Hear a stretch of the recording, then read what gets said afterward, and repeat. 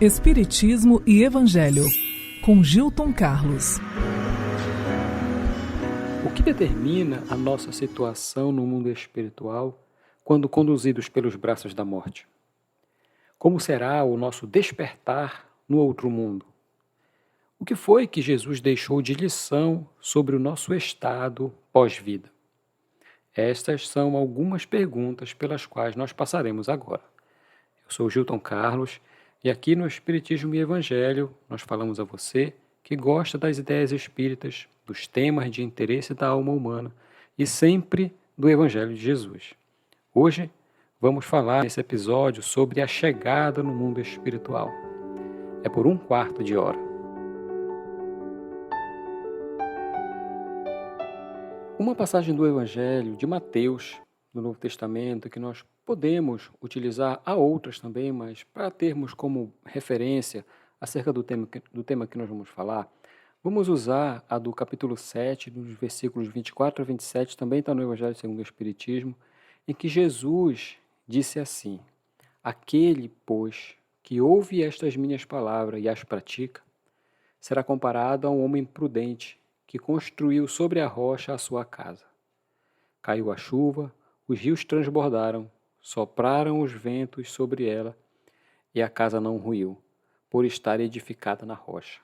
Mas aquele que ouve estas minhas palavras e não as pratica, se assemelha a um homem insensato que construiu sua casa na areia. Quando a chuva caiu, os rios transbordaram, os ventos sopraram e a vieram açoitar. Ela foi derrubada, e grande foi sua ruína. Aqui, assim como em muitas outras passagens, em especial esta, porque está no Evangelho segundo o Espiritismo, é preciso aqui entender o que esta lição deve ser alocada no domínio do espírito para ser compreendida. A imagem que Jesus apresenta é de alguém que se fortalece e assim consegue passar pelas dificuldades que encontra no caminho. O contato, isto é, o conhecimento da realidade espiritual, das leis da vida, trazem consequências. Ou seja, é algo que pode nos tornar melhores, mais capazes, mais felizes com o passar do tempo, ou então ouvindo, sabendo e desprezando,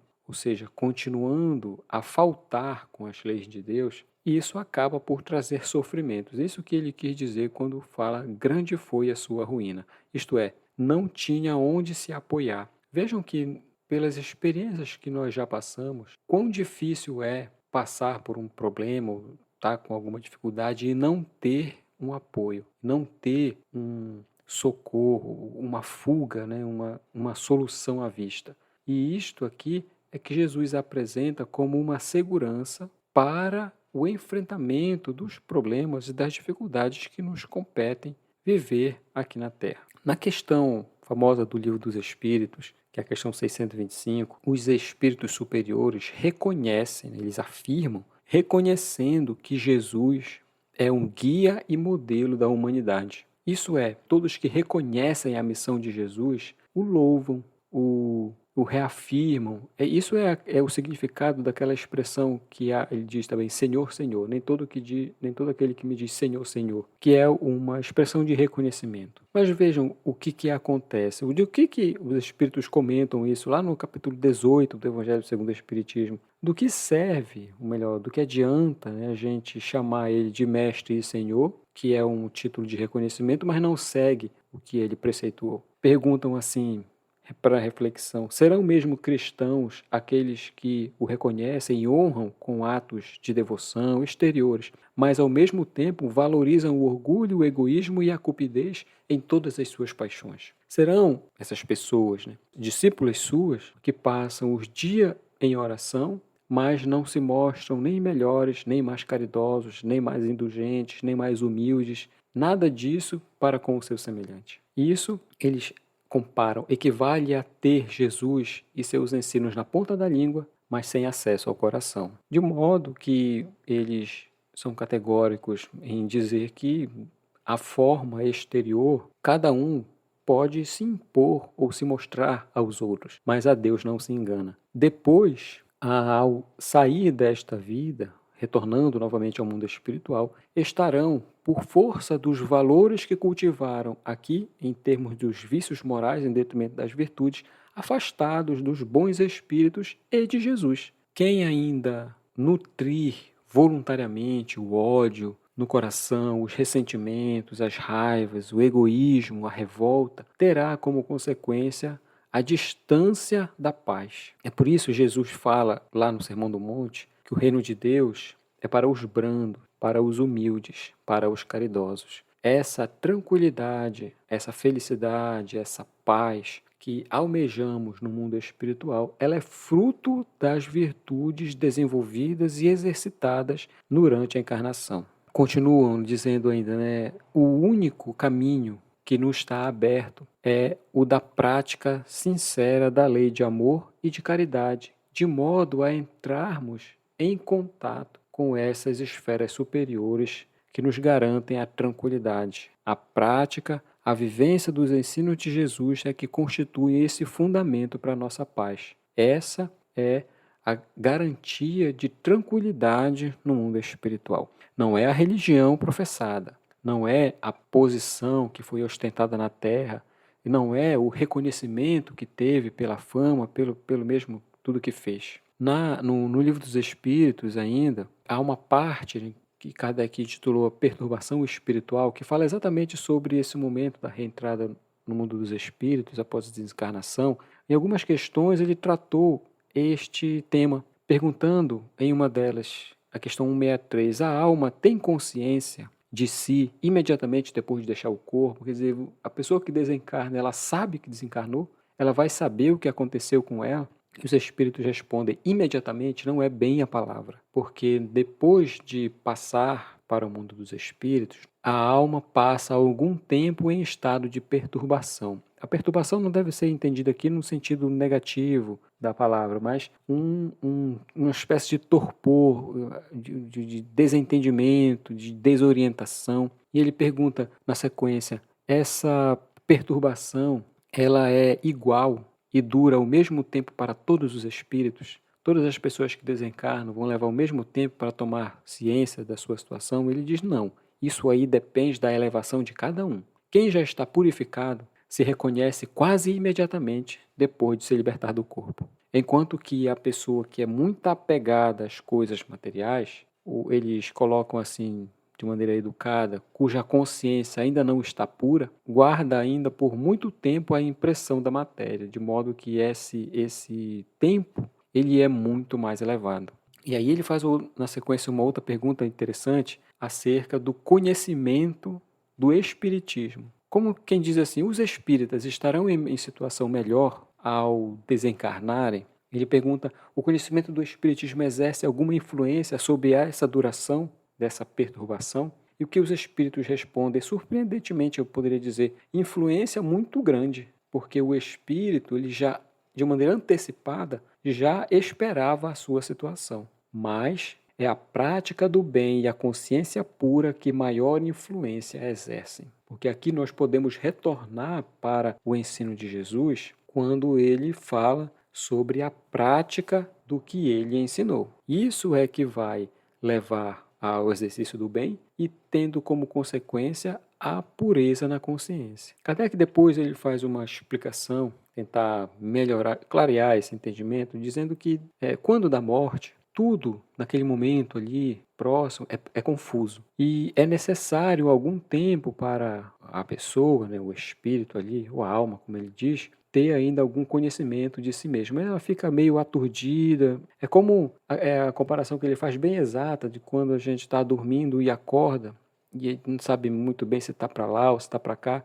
É aquela experiência, só que pode ser dilatada ou pode ser encurtada conforme as situações de cada um, como nós comentamos. A lucidez das ideias, complementa, e a memória do passado voltam à medida que se apaga a influência da matéria que a pessoa, que o espírito acabou de abandonar. Então esse tempo ele varia muito de pessoa para pessoa depois da morte, colocando que isso pode ser de algumas horas, mas pode também ser de meses e até de anos. Quando aquele que está aqui na Terra já sabe das coisas do mundo espiritual, do pós-vida, como se dá esse processo, essa perturbação ela é menor, porque aquele espírito já compreende de maneira antecipada o que está acontecendo com ele.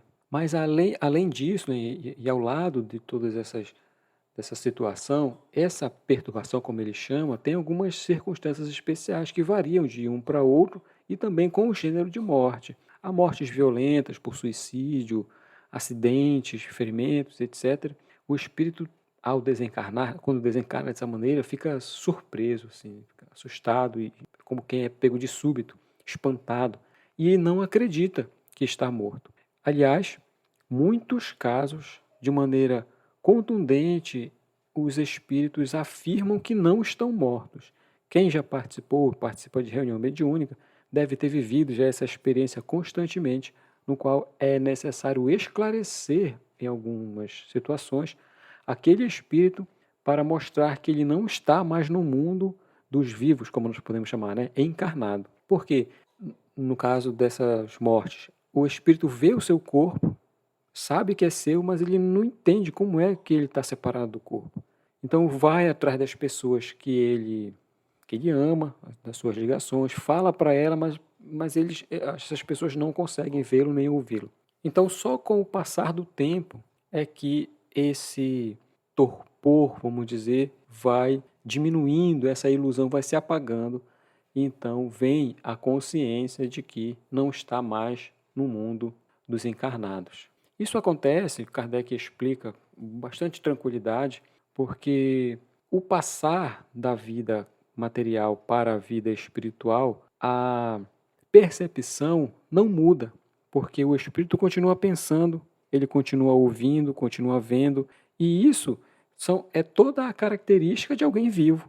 De modo que, se antes ele imaginava ou fazia uma ideia, no fundo, de que a morte era o nada, era a destruição, era o fim de tudo, quando ele se percebe ouvindo, vendo e tudo, então conclui que não está morto. Acontece também em alguns casos bem específicos de pessoas que desencarnam por uma doença, assim, não de súbito, né, mas lentamente. Ele coloca, quando esse desligamento do espírito com o corpo acontece, a pessoa não percebe que desencarnou. Tamanho foi a sutileza que até ele coloca assim, acontece um fenômeno singular, que é o espírito assistir ao próprio enterro, ao seu próprio funeral, como se ele fosse um estranho, mas ele não sabe que é o corpo dele que está sendo velado. E fala dessas coisas como se não tivesse nada a ver com aquilo, até que chega o momento então que ele compreende o que foi que aconteceu. Mas também essa perturbação, ela nada tem de sofredora, de penosa para o homem de bem, que sempre se conserva calmo, porque conforme agiu na sua vida normal, em todas as fases que passou, com tranquilidade, com paciência, sem se desesperar por nada. Mas para aquele, como eles se referem, que não tem a consciência pura, essa perturbação é cheio de ansiedade, é de angústia, de sofrimento. E isso aumenta à medida em que ele vai entendendo a sua situação. O que esse conhecimento, vamos chamar assim, pode implicar na nossa existência? Bom, primeiro, assim, como uma advertência de Jesus, como ele nos apresentou, assim como fez também em outras ocasiões, mas a título de esclarecimento. É claro que há sempre um impacto pela forma como ele colocou, no entanto, certamente, isso não foi para assustar ou para desesperar ainda mais, mas porque sabia que nós seríamos capazes de compreender em seu sentido justo. A nossa tranquilidade, mesmo aqui nesta vida, mas sobretudo no retorno ao mundo espiritual, será fruto sempre da consciência do dever cumprido. E em se tratando disso, é até relativamente fácil, embora em alguns casos precise certo esforço, compreender os nossos deveres.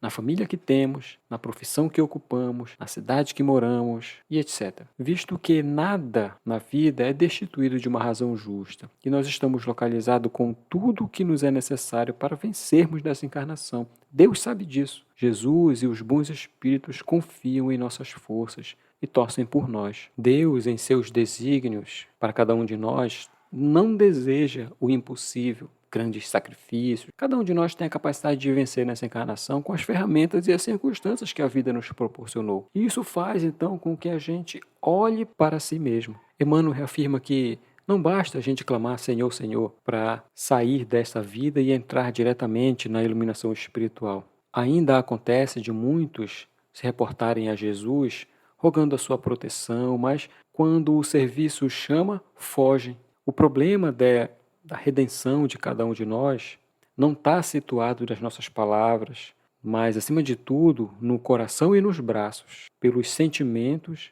moverem as ações que, em resumo, são os serviços aos outros e em favor de nós mesmos, mas cada um na sua tarefa. No campo da vida, cada inteligência, ele chama assim, se caracteriza pelas atribuições que lhe são próprias. Se for num gabinete de legislação, num laboratório, se é numa área de serviço, num tanque de limpeza, cabeceira de um doente, toda pessoa tem o lugar para se revelar. Assim, ele coloca, ninguém deve afirmar que é inútil ou que é desprezível, que está fazendo algo que não tem valor. Em cada fase do nosso aprimoramento espiritual, os preceitos divinos estabelecem que seja concedida a cada servidor a sua própria tarefa. Portanto, ele nos chama a realizar tão bem quanto for possível a tarefa que nos cabe e nunca dizer que estamos fazendo algo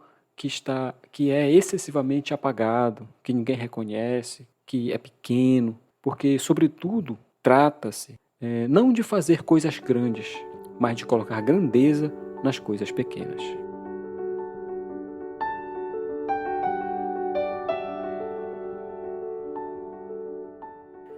Gente, muito obrigado por esses minutos.